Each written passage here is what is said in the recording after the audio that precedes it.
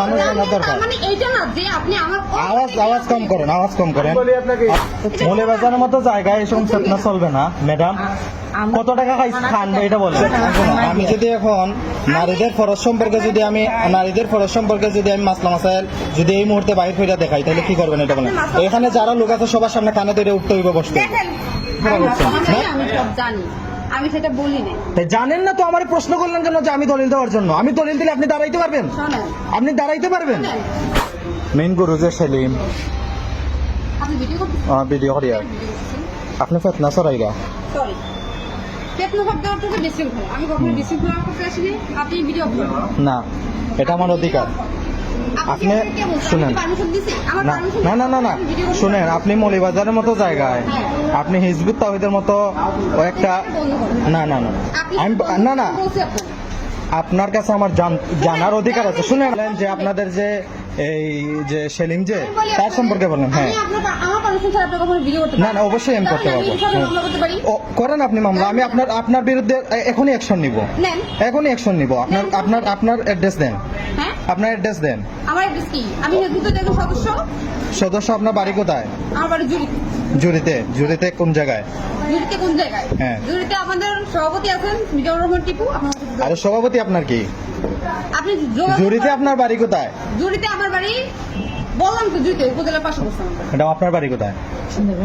জি, সিন্দুর খান বাজার। আপনার বাবার নাম?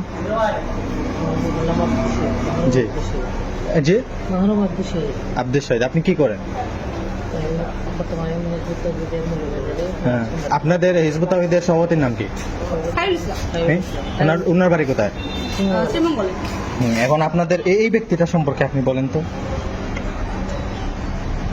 এই ব্যক্তিটার সম্পর্কে আমি জানতে চাই। হ্যাঁ, না না না না আমি আমার জানার দরকার, আমার মানুষ জানার দরকার। আওয়াজ কম করেন, আওয়াজ কম করেন, আওয়াজ কম করেন। না না আপনি কতটুকু সত্য বলতেছেন, না কতটুকু সত্য বলতেছেন এটা আমার জানা দরকার। অবশ্যই করতে পারবো, অবশ্যই করতে পারবো। আপনি এটা সম্পর্কে বলেন, আপনি এটা সম্পর্কে আসছেন, এটা সম্পর্কে বলেন। আপনার যে চুল দেখা যাইতেছে এটা ফরজ তরক হচ্ছে না? হ্যাঁ, আমি যদি দলিল দিয়ে দেখাইতে পারি। আমি আপনাকে বলি, আপনি এই মুহূর্তে এখানে দাঁড়ায়া আপনারে আমি কিছু মাসালা জিজ্ঞেস করবো। না না না না না না আপনি না না আপনি তো আসছেন আমার ইসলামের দাওয়াত দিতে, ইসলামের দাওয়াত দিতে আসছেন না? আপনি আমারে বলছেন দলিল দেওয়ার জন্য। এখন আমি আপনাকে হ্যাঁ কোরআন থেকে দিব। আপনি তো শোনেন, চুপ থাকেন, আমার কথা শুনেন। না না না বাদ দেওয়ার বিষয় না, বাদ দেওয়ার বিষয় না। এটা হলো সম্পূর্ণ ইমান ধ্বংসকারী একটা সংগঠন, ইমান ধ্বংসকারী একটা সংগঠন। যারা আরে নামাজটা দেখলে, তারা নামাজ দেখলে শয়তানেও দৌড় দিব, নিজে নিজে তারা আবিষ্কার করে আমল আখলাক। এ সিগারেট খায়, এ কোন জায়গা থেকে আইছে আমরা জানি না। এ কিসের ইমাম? কোন জায়গাত লেখাপড়া করছে? আমরা মাদ্রাসায় লেখাপড়া করছি নি সিরাল লাগি। আপনি এটা প্রচার করবেন কোন সাহসে?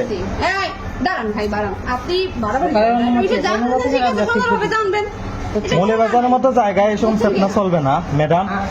কত টাকা খান এটা বলেন। কিয়ের থানা থেকে? বন্ডামির জায়গা পান না? আপনি তো খুব জানেন, খুব জ্ঞানী, খুব জানেন। কোন মাদ্রাসায় লেখাপড়া করছেন?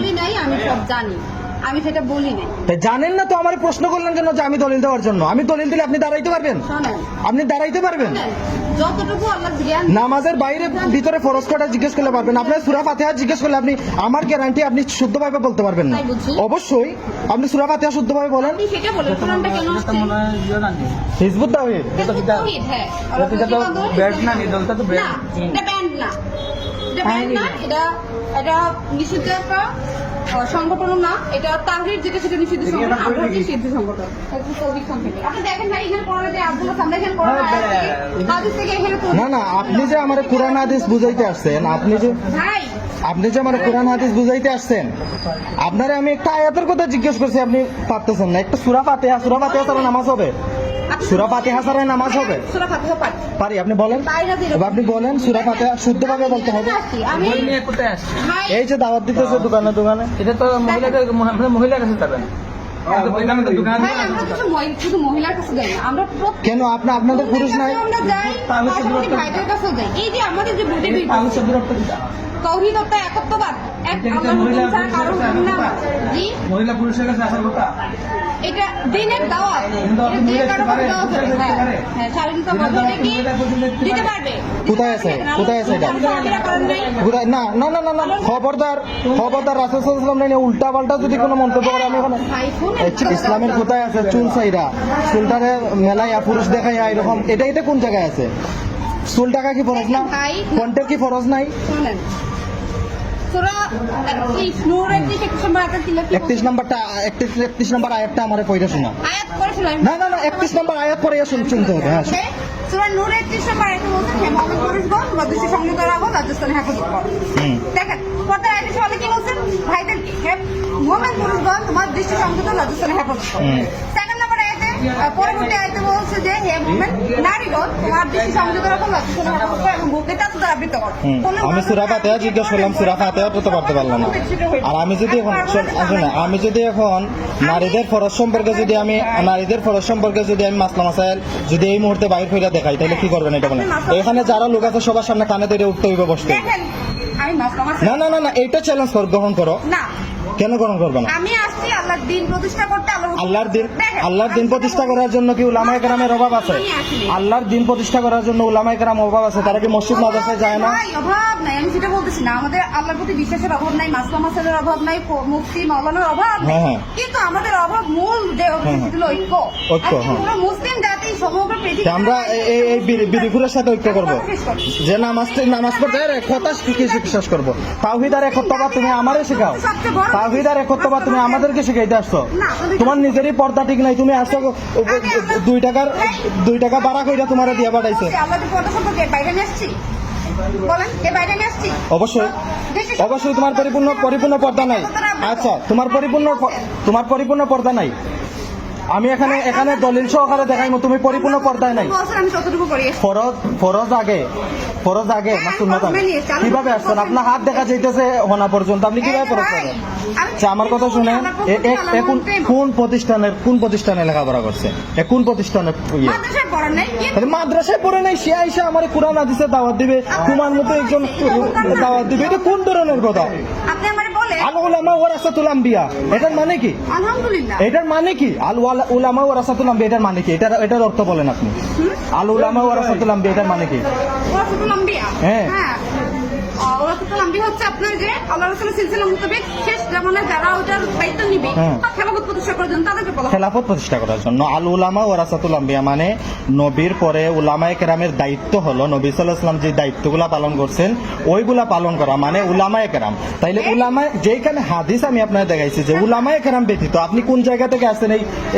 এই যে দাড়ি কাটা, তারপরে সিগারেট খায়, নামাজটা সঠিকভাবে আদায় করতে পারে না, সে আসছে ইসলামের দাওয়াত দেওয়ার জন্য। আমি তার সম্পর্কে জানতে চাই সে কোন প্রতিষ্ঠানের কোন জায়গা থেকে ডিগ্রি লাভ করছে, আমি অবশ্যই জানতে হবে। আপনি এসে এখানে আপনাদেরকে প্যাকেট বইটা টাকা দিয়ে দিছে আর আপনারা এখন যা মন চায় তাই করবেন, মানুষদেরকে পথভ্রষ্ট করবেন।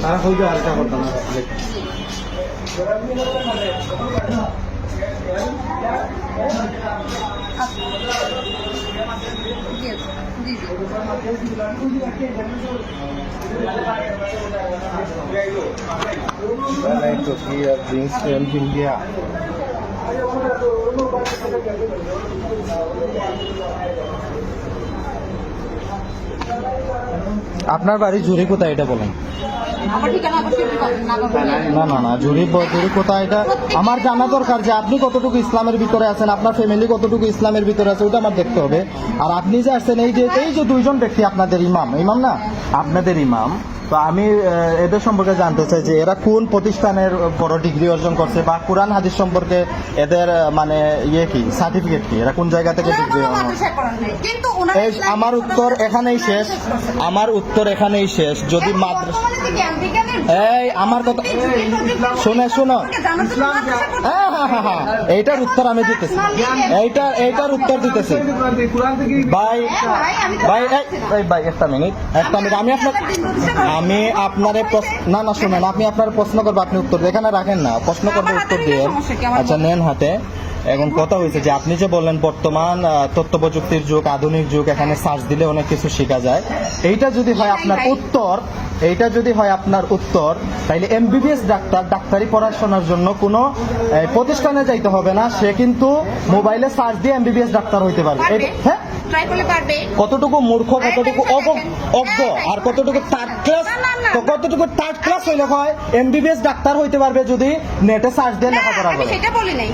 এই শোনো, বিষয়গুলা রিসার্চ করতে মা বাবার বাহির শোনো, যদি আলিফ বা তাসা না শিখে সে কোরআন শরীফ পড়তে পারবে না।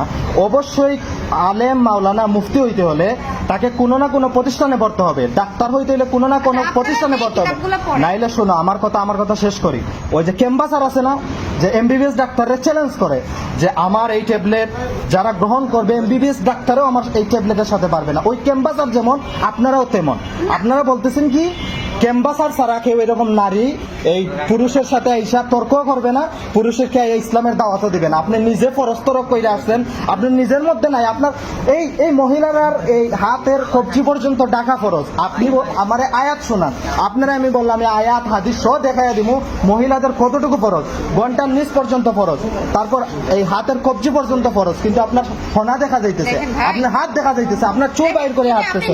আপনি আমারে আসছেন ফরজ শিখাইতে। তারা মসজিদ না, মসজিদে যায় না, তাদের মাসলা মাসাইল শিখার জন্য মসজিদ নাই, হুজুর নাই, মুফতি নাই, আপনার এটা ডিগ্রিও নাই, কিছু নাই, বলতেছেন সে এই নেটে সার্চ দিয়ে শিখছে। নেটে সার্চ দিয়ে সবাই শিখতে পারে, তাহলে মাদ্রাসায় মসজিদে কেন যাবে? আপনি কেন বাড়াবাড়ি করছেন? আমি বাড়াবাড়ি না, এখানে সবাই দেখতেছে। আপনি বলছেন কি যে আমার ভিডিও আছে, কিন্তু আপনি বলছেন কি যে নেটে সার্চ দিয়ে এমবিবিএস ডাক্তার হওয়া সম্ভব। এটা কতটুকু যুক্তি? এটা কতটুকু যুক্তি? আমি কেন বলছি কথাটা, কিভাবে বলছি? কেন বলবেন আপনি এই কথা? আপনারা মাদ্রাসায় যে বিষয়গুলো পড়েন, যে কিতাবগুলো পড়েন, ওই কিতাবগুলো কি কোথাও নাই? কোথাওগুলো নাই? অবশ্যই আমি আপনারা বলি ওই কিতাবগুলো যদি আমার কথা শুনে ওই কিতাব। ম্যাডাম আপনি আসেন, একটু আপনার সাথে কথা বলি। আসেন না, আপনি আমার দাওয়াত দিতে আসছেন না? আমি বুঝতে হবে তো আপনাদের মধ্যে কতটুকু আছে ইলিম যে আপনি দাওয়াত দিবেন। আমি তো আপনার দাওয়াত গ্রহণ করতে হলে আপনার কুরআন হাদিস সম্পর্কে কতটুকু জ্ঞান সেটা জানতে হবে। আসেন আপনি আমার একটু কুরআন হাদিস সম্পর্কে বলেন। এই যে ম্যাডাম আসেন একটু সামনে। দেখছেন অবস্থা? পরে বলছি সূরা ফাতিহাটা শুদ্ধ করে শোনাও, শেষ সবকিছু। সূরা ফাতিহা ছাড়া আমি কিন্তু জানি না কতটুকু পারে, তারপরেও তাদের সংগঠন সম্পর্কে আমার ধারণা আছে। আমি বলছি সূরা ফাতিহা শুদ্ধ করে শোনাও। আপনারা যথেষ্ট আমাদের মুফতি মৌলানা আছেন, আমাদের হাফেজ কারি আছেন, আমি সাধারণ জনগণ। তো আমরা তাদেরকে ছাড়া এই বন্ডদেরকে গিয়ে মানে ইয়ে করবো? আমি কাকে নিব কাকে নিব এটা সম্পূর্ণ আমার ব্যক্তিগত ব্যাপার। তো আপনি দাওয়াত দিতে আসছেন ইসলাম সম্পর্কে, আপনি পরিপূর্ণ জানেন না, আপনি আসছেন ইসলামের দাওয়াত দিতে। আপনি বলতেছেন ক্যাম্বাসারের মতো এসে দাওয়াত দিচ্ছে। শুনেন, ইসলাম ক্যাম্বাসারের কথা বলেন না, না। কথা বলেন না আপনি মাঝখানে। দেখেন আমরা বলছি মুফতি মৌলানা শেষ নাই, ওয়াজ কারি আমাদের অনেক আছে, আপনাদেরকে আমরা সাধুবাদ জানাই। এবং আমরা তাইলে এদেরকে ছাড়া আপনি কেন রাস্তায় নামছেন এটা বলেন। শোনো, হাজার হাজার দল আছে না? আমার কথা শুনো। এই যে বাংলাদেশে কি দলের অভাব আছে? প্রত্যেকে যার যার মতো যাদের কাজ করতে পারছে না। ঠিক আমরা একটা আন্দোলন, আমরা ওই জন্য বলছি আমরা করতেই পারবো না, এটা তো না। আমার কথা শুনো, অধিকার দিছে, ইসলাম অধিকার দিছে, ইসলামের সঠিক। আমার কথা শুনেন, আমি যে কোনো দল করতে পারি, এটা আমার রাষ্ট্রীয় অধিকার, এটা আমার মানবাধিকার, এটা আমার ইসলামিক অধিকার। না ইসলামিক, এই শুনো, ইসলামিক অধিকার আমি বলি, ইসলামের অধিকার কি আমি বলি যে মানুষের কুরআন হাদিস। এই আওয়াজটা কমায়, তখন তো বরবর শুনছি। ইসলামের অধিকার হলো আপনি সঠিকটা প্রচার করবেন, কিন্তু যদি আপনি ভুলটা প্রচার করেন, উল্টাপাল্টা প্রচার করেন, তখন কিন্তু অ্যাকশন নেওয়ার অধিকার আমার আছে। তখন কিন্তু অ্যাকশন নেওয়ার অধিকার আছে। এখানে হলে 95% মুসলমানের দেশ, কিন্তু আপনি এসে যদি ইসলামের ভুলটা আপনি আমার শিখাইতে যান আর ইসলামের উল্টাপাল্টা শিখাইতে যান, আরে আপনার কাছ থেকে জ্ঞান শিখার জন্য আমি কুরআন হাদিস শিখছি, আপনি আমারে আসছেন শিখাইতে। আপনি এখানে বসেন, কুরআন হাদিস সম্পর্কে আমি আঙ্কেল বুঝে দেন যে যখন সাবিয়া আমি এটাই তো বলতেছি যে এই যে বিভ্রান্তটা তারা ছড়াইতেছে, এইটার জন্য তো কোনো মহিলা কোনো পুরুষের কাছে দাওয়াত না। এইটাই তো প্রথম প্রশ্ন। আপনার দিক থেকে না, এটা কুরআন হাদিসের দিক থেকে, কুরআন হাদিসের দিক থেকে। একজন ব্যক্তি এটা যে